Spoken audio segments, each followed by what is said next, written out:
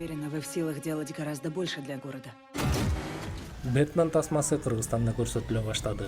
Санкцияларды колдоп Walt Disney, Universal Pictures, Warner Brothers, Sony Pictures Entertainment компаниялары Россияда жаңы фильмдерин көрсөтүүдөн баш тартышты.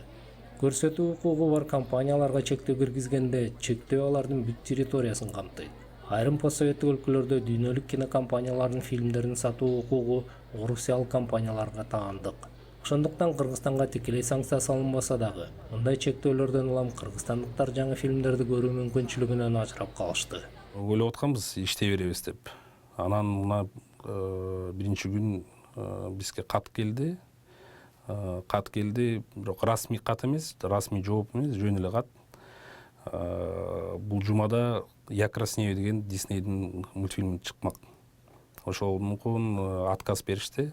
Орусияда прокат токтолду. Бирок ошол кагазда, санкцияда Кыргызстан жок, Казакстан башка биз мамлекет Өзбекстанда жок.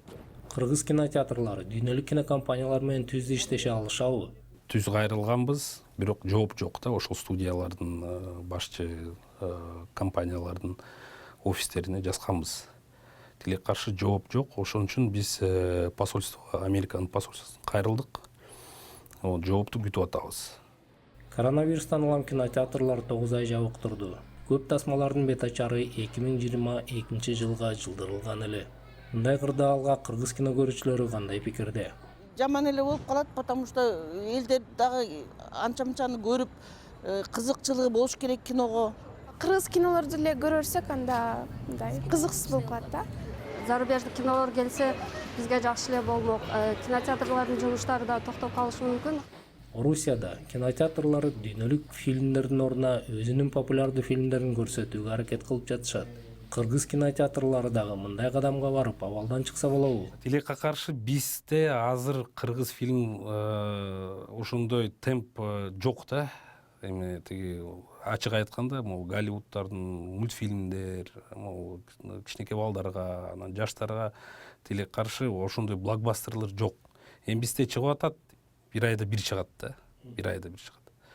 Эми Голливудка салыштырса, Голливудда бир жумада бир 4-5 тасма чыгат. Дүйнөлүк кинокомпаниялар менен түз иштешүүнүн бир жолу фильмдерди дубляжы жок, субтитр менен которуп көрсөтүү болушу мүмкүн. Көп өлкөлөрдө тасманы түпнуска тилинде субтитрлер менен көргөндү жактырышат. Коңшу Казакстанда фильмдерди казакча субтитрлер менен коштоп көрсөтүү эрежеси 2019 жылы эле киргизилген.